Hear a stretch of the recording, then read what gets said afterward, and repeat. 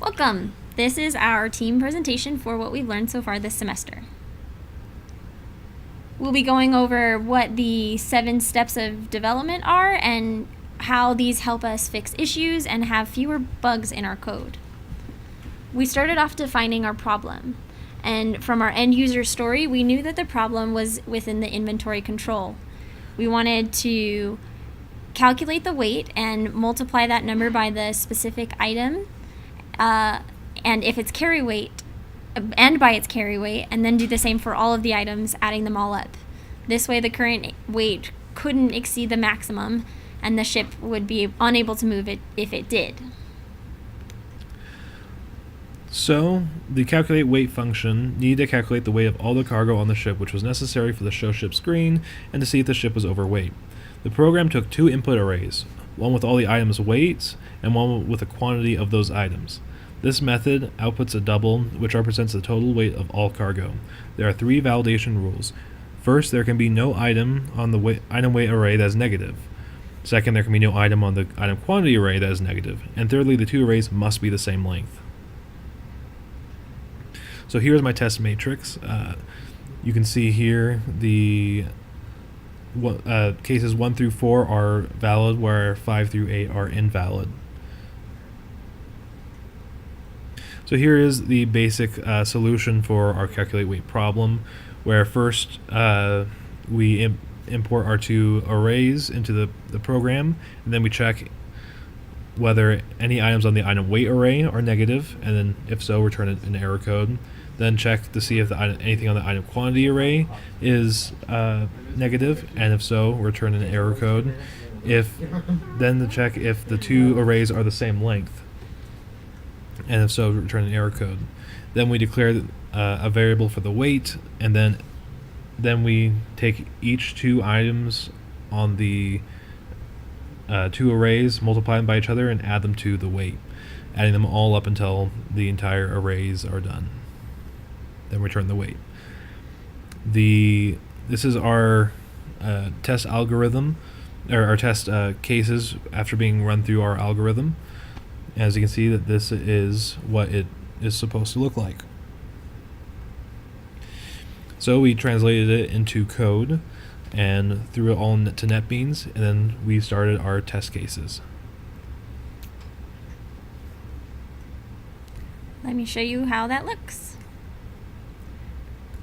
So in NetBeans, here is our test calculate weight, and we already inputted all of the code, so we were defining the arrays to get what we expected. So we put the variables that we had within our test matrix and what we expected to get out of it. I'll run that code now.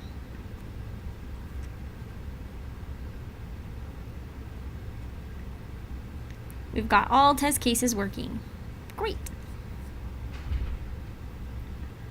Another important step in working as a team is deploying those changes onto GitHub. So first you commit the changes, and then you pull from GitHub and pull any existing changes that haven't been made and merge them. And then you push your changes up to the repository so that your team member can access those changes as well. Now I'll talk about the different cases in which you'd use if statements or other types of statements. So this is often called the if-then statement, and I pulled an example from the inventory control, the how much variable function.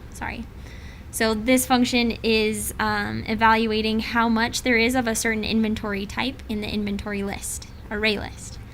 So if statements are most useful when there's only one condition or statement that could be possible. So in this case, I was looking for the display letter to be the exact same as the inventory type, a variable I defined earlier in the array list. So if that was true, I wanted it to set the variable very much, or ver much, to how much is available. If that is not true, it would return 0 because I initially set ver much to 0. If then else is a statement that's useful when there is one condition with 2 alternative actions. So in this case, there's one input, which is a number, and if that number is greater than 0, the number is positive, or else it is not positive or negative. So that's an if then else, similar to if, but it's adding 2 alternative actions instead of just one. An if else ladder provides many options. So this is useful when there are 2 or more possible actions to choose from. So in this case, the number is either positive, the number is either negative, or the number is 0. Those are the options. So there are separate conditions, and each action is based on these separate conditions. Another example of a possibility is a switch, and this is a way to check to see if a value of an expression is equal to one of the values in a valid value list. This is useful in things like a menu that I have here. Then the statements associated with the selected value are executed, which I have listed here as L, S, D, and R. What's also interesting about a switch is that there is a default. So in this case, the default is an invalid menu selection. If you don't choose L, S, D, or R, then you have to go back and it'll start back at the beginning. What's also useful about this is that the statements after the colon execute if the values are equivalent. And the break statements must be specified after the last statement in the selected case. So in the case S, it will execute the sell shop function, and then it will break, meaning that the rest of the code will not be run. So here's my if statement. A very simple one that I've taken out of our inventory control class. This is from the previous method that we were employing, where I compared the item weight array's length against the item quantity array's length. And so here in the if statement, if whatever's in the parentheses calculates as true, the following statements will be executed. Whereas with an if-else statement, you have a normal if statement, but afterwards you have an else statement, which executes if the if statement calculates as false. So in this example, I have if there is a next integer in the scanner, I will put that as input. But if there isn't, I'll notify the user using a print line to please enter a number. And here we have an if-else ladder. If-else ladders are nice if you have a bunch of different things that could happen. So here I have my displaying of enemy ships. So I have an if statement saying, okay, if the name of the boat is fishing boat, I want to print out this little representation of a fishing boat. Else, if it is a sailing boat, then I want it to be this picture. Else, if its name is Clipper, I want it to be this next picture, and this goes on for a while. Whereas switch statements are slightly different. So with switch statements, they can only calculate equivalency. So whatever is put within the parentheses of the switch statement, those are the cases of equivalency. So if my first input is equal to G, I will set the job to be gunner. If it is D, I will set the variable job to be deckhand, and so on. Now, if none of these are equivalent, it will then do the default. And in this case, it will set valid to false and print line, please enter a valid value. If you don't have the default case, it will just end. Now, it's important with switch statements to use breaks in between your cases. Otherwise, it will simply run into the next case. So for the control layer, there were several equations we needed to implement within our code, and I worked on specifically does hit, which was inside of our control layer. So I'll show how I developed this unit test and run the test for you. So some of the methods that I wanted to include were the chance that the attack would land or hit a ship, sea monster, or whatever we were choosing to engage in battle. And this program took in 2 double values, one being the accuracy of the hit and the other being the evasion of the other actor. And this method would output an integer denoting if the attack landed or not. And then the only constraint I had here was the value for accuracy and the value for evasion couldn't be negative values. So here's my test matrix for this issue, this problem, and it shows the valid, invalid, and boundary cases, in that if accuracy or evasion are negative numbers, it comes out with an error of -1. And if it hits, then there is a 1 display of 1 is the output. And if it misses, then there is a 0. And here's kind of the pseudocode for that before I took it into JavaScript and created a real functioning function. So here are the test cases. Here are what I expected inputs and expected outputs of that. Let me show you how it works. Oh, it's in control tests.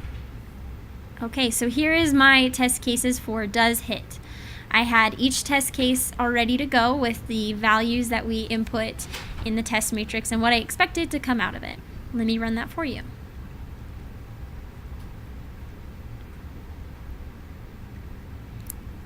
And here we go. All of the does hit test cases work just fine.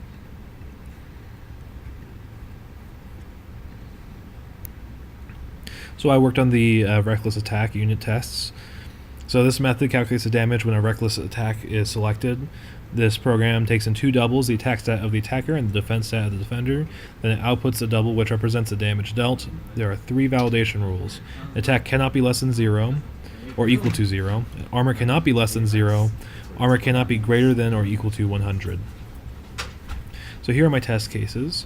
As you can see, the cases 1 through 3 are valid. Case 4 will return an error because there is more than 100 armor.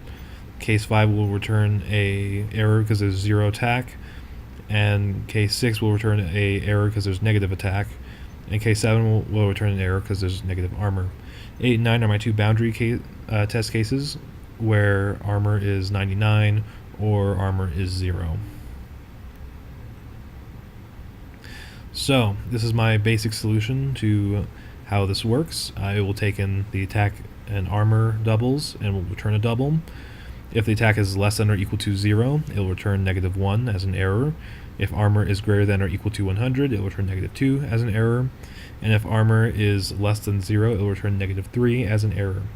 Then the damage value will be equal to attack multiplied by 2 multiplied by 100 minus the armor divided by 100. And then we'll return that damage. So here are my test cases again with the value of each of the variables at the end of the case. And let's go ahead and run those test cases.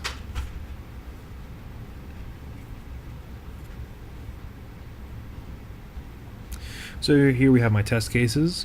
As you can see, I've put in all the correct values and my expected results from my table that I got when I ran through the code. So let's go ahead and run that.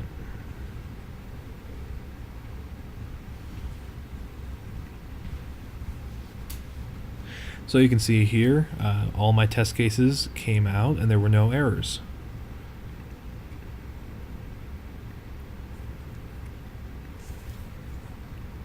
Next, we wanted to discuss scope and lifespan of variables.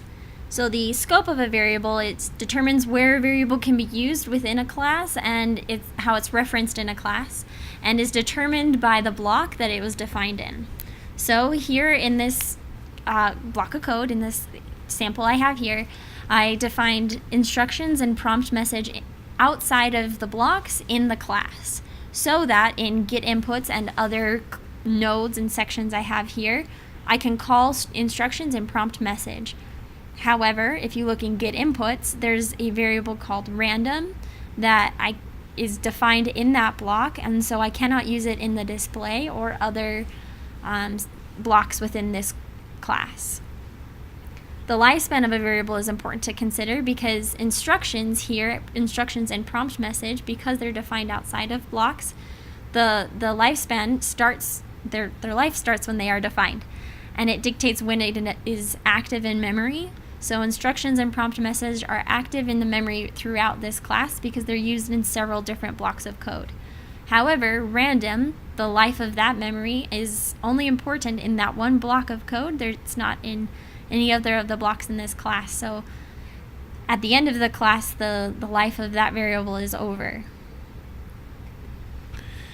Next, we're going to talk about arguments and passing them. So an argument passed by value is passed as an actual value. So instead of anything else, if I call the variable, it will give me its actual value. So with arguments that are passed by value, you can use comparison operators like equals, not equals, greater than, less than, with confidence that they will be calculating correctly. But only primitive data types like booleans, ints, and doubles can be passed by value. Whereas objects that are passed by reference are passed only as reference numbers to where they are. This means comparison operators like double equals and not equals will not work properly, as they are comparing the locations and not the actual values. Strings and classes are examples of passed by reference data types. Thanks so much.